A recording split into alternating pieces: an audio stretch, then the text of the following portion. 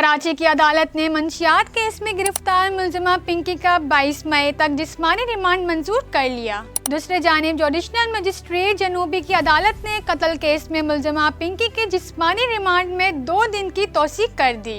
मुलजमा को पीर को दोबारा पेश करने का हुक्म दिया गया है। अदालत ने जिला जनूबी की दीगर 13 मुकदमात में मुलजमा का जुडिशल रिमांड दे दिया। उधर मलिर की अदालत ने सच्चल थाने के केस में अनमोल और पिंकी को जुडिशल रिमांड पर जेल भेजने का हुक्म दे दिया। अदालत ने तफ्तीशी अफसर से 14 रोज में चालान तलब कर लिया। इस हवाले से प्रोसिक्यूशन का कहना है कि अदालती फैसला चैलेंज करेंगे। ख्याल रहे कि मुलजमा पिंकी को कराची की अदालतों में पेशी के मौके पर आज चेहरा ढांप कर लाया गया। उस मौके पर मुलजमा ने पुलिस पर तशद्दुद करने, झूठे मुकदमात बनाने और लाहौर से कराची लाने का इल्जाम लगाया और कहा कि उसका साबिक शौहर ये सब करवा रहा है। 3 माह पहले इसने तलाक दी। पुलिस ने जिस घर से मंशियात बरामद की वो 25 साल से बंद था। लोगों ने मुझसे झूठे बयान दिलवाए। आप बोले बनीगाला में आप पता नहीं किस बंदे को हवाले करा दिए। इन्होंने मुझसे झूठे बयान दिलवाए।